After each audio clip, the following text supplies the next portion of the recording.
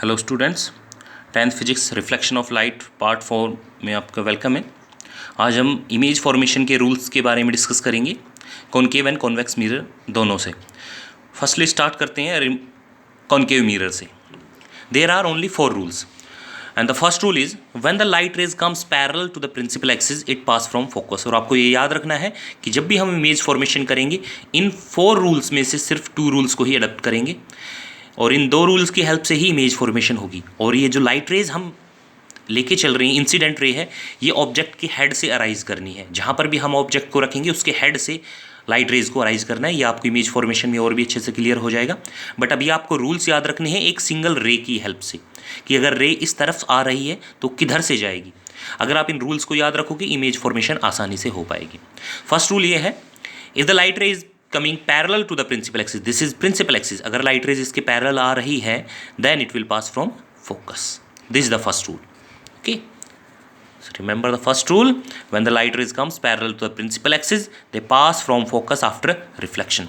second rule, अगर light raise focus में से पास हो रही है, ये एंगल यहाँ पर मैटर नहीं करता और ना यहाँ पर हाइट मैटर करती है। अगर ये लाइट रे यहाँ से आ रही होती तो भी फोकस से पास होती, इस हाइट से होती प्रिंसिपल एक्स के ऊपर तो भी ये फोकस से ही पास होती। हर केस में प्रिंसिपल एक्स के पैरेलल आने वाली फोकस से पास होती है।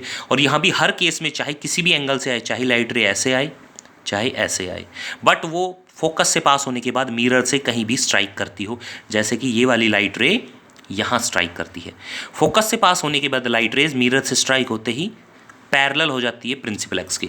ये है सेकंड रूल। थर्ड रूल, अगर light raise centre of curvature से पास हो रही है, किसी भी एंगल से आए, चाहे ये इधर से आए इस फोकस से पास होके इधर स्ट्राइक करे, या फिर ऊपर से आके इस सेंटर ऑफ कर्वेचर में से पास होके यहाँ स्ट्राइक करे, तो हर बार लाइट रेज उसी पाथ से, सेम पाथ से वापस रिफ्लेक्ट हो जाती है। ये ऐसे आई और मिरर से स्ट्राइक होने के बाद वापस चली गई। तो यहाँ पर ये गलती मत करना आपकी लाइट रेज को यहाँ से ही वापस कर दो। आपको लाइट रेज मिरर तक तो लेके ही आनी, बिकॉज बिना मिरर से स्ट्राइक किए लाइट रेज रिफ्लेक्ट नहीं होंगी। तो मिरर से रिफ्लेक्ट होने के बाद सेम पाथ से वापस चली जाती है। और ये जो रूल्स बने हुए हैं ये सेकेंड लॉ ऑफ रिफ्लेक्शन पर डिपेंड करते हैं। Angle of incidence is equal to the angle of reflection. अब ये फोर्थ रूल की बात करें। फोर्थ रूल है, अगर लाइट रेज किसी भी एंगल से पोल के ऊपर फॉल डाउन हो रही है, ये कोई भी एंगल हो सकता है जिसे हम एंगल ऑफ इंसिडेंस बोलते हैं। ये 30, 40, 50 कुछ भी डिग्री एंगल हो सकता है। जितने एंगल से लाइट रेज इंसिडेंट होती है सेम उसी एंगल से रिफ्लेक्ट हो जाती है। मान लीजिए ये 30 डिग्री से इंसिडेंट हुई है तो 30 से रिफ्लेक्ट होकर चली जाएगी अगर ये पोल के ऊपर फॉल डाउन कर रही है तो। अब कॉन्वेक्स मिरर की बात करें तो रूल्स वही हैं, बट इसके अंदर focus, centre of curvature right side में होते हैं, वर्चुअल होते हैं, इसलिए थोड़ा सा चेंज आ जाता है रूल्स के अंदर। फर्स्ट रूल है, अगर लाइट रेज पैरेलल आए, जैसा कि कॉनकेव मिरर में था, लाइट रेज अगर प्रिंसिपल एक्स के पैरेलल आए, तो ऐसे ही अगर लाइट रेज कॉन्वेक्स मिरर के केस में प्रिंसिपल एक्स के पैरेलल आए तो क्या होगा, वो लाइट रेज फोकस की डायरेक्शन में इधर चली जाएगी। लाइट रेज ऐसे आएंगी और टकराने के बाद इधर डाइवर्ज हो जाएगी। बट यहाँ पर अगर हम अपनी आँख को रख के देखें तो हमें ऐसा लगेगा ये लाइट रे इधर से नहीं आ रही, हमें यहाँ से आती हुई दिखाई नहीं देगी, ऐसा लगेगा अंदर से आ रही है। और जिस पॉइंट से आ रही है उस पॉइंट को फोकस कहते हैं। तो इस फोकस से ये लाइट रेज आती हुई दिखाई देगी। ये मैंने डॉटेड लाइन लगाई है क्योंकि डॉटेड लाइन यहाँ पर वर्चुअल लाइन को रिप्रेजेंट करती है।